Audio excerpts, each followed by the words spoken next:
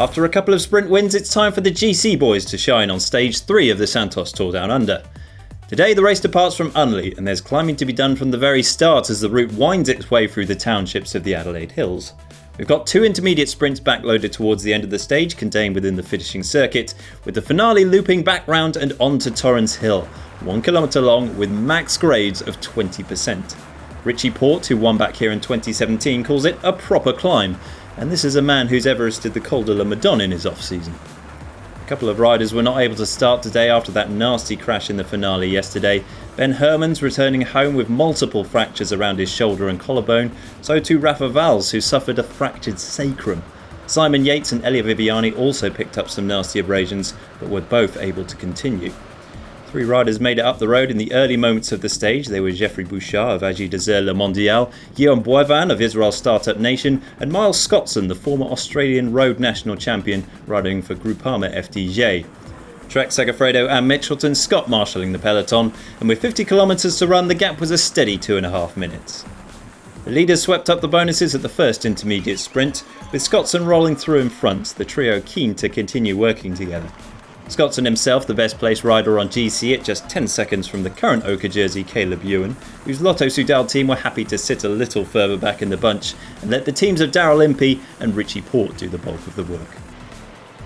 With 32 kilometres to go, the brakes lead was starting to tumble, but with Bouchard, the king of the mountains at the 2019 Vuelta a España in the move, it wouldn't necessarily be an easy catch. Boivin was the first to be dropped and caught by the peloton, just 2 in the lead as we went through the start-finish line for the 4th and final occasion. The race would come back up in the opposite direction in just 17 kilometres time. Well, the inevitable did happen, eventually. Scottson stubborn to the end, but eventually the last man to be captured inside the final 10 kilometres. Mitchelton Scott driving hard to be in a good position for a hair-raising descent of the gorge road, leading all the way down to the final climb. Definitely better to be at the front and the back. Tyler Lindorf and Ben Gastow are going wide on the sweeping corners. From freewheeling at 100 kilometres an hour to a near standstill, a downright rude right-hander signalling the start of Torrens Hill Road, but it was Diego Ulissi who decided to go early from the very foot of the climb.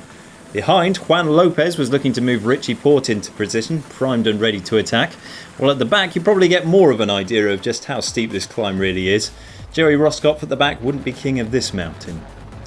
With Lopez done, the Tasmanian Devil whirled into action, out of the saddle and driving clear of the dwindling bunch.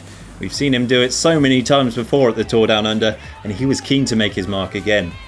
Behind, the response came in the form of George Bennett, Rob Power and Simon Yates, recovering well after that crash yesterday.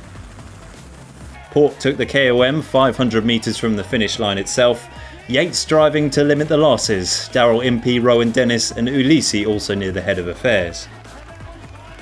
One last push out of the saddle for Porte with a gaggle of chasers not far behind. The overall classification is often won by the finest of margins at this race, so every second counts on uphill finishes like these. Porte taking the win with a group of 9 coming in together for the sprint for podium places, and those all-important bonus seconds, it was Rob Power who just held off Yates for second. Great ride from the Sunweb man. A proper climb and a proper climber. Richie Porte's talent is undeniable, and I think we'd all like to see him show what he can really do at the Tour de France later this year. The stage result and Power, Yates, Dennis, Ulissi, Impey, Von Barlek, Geschke and Bennett all awarded 5 seconds on the road. Richie Porte takes the ochre jersey off the shoulders of Caleb Ewan, and with Willunga Hill still to come on stage 6, he's in a very strong position to hold on to it for the remainder of the race. He leads by 6 seconds from Impey with Power at 9 and Yates at 11. 2015 winner Rowan Dennis is 15 seconds back, along with Ineos teammate Dylan van Baarle. Tomorrow is the longest stage of this year's Tour Down Under at 152.8 kilometres. Starting in Norwood and crossing over the Stage 1 route on its way to Williamstown, we then head south east to the finish at Murray Bridge. One for the sprinters, but with the potential for crosswinds, combined with a technical run into the line, anything can happen. Join us tomorrow for all the action, either on the live stream starting at 2:30 AM GMT for you Europeans, or our daily highlights of course, both of which can be found right here on GCN Racing.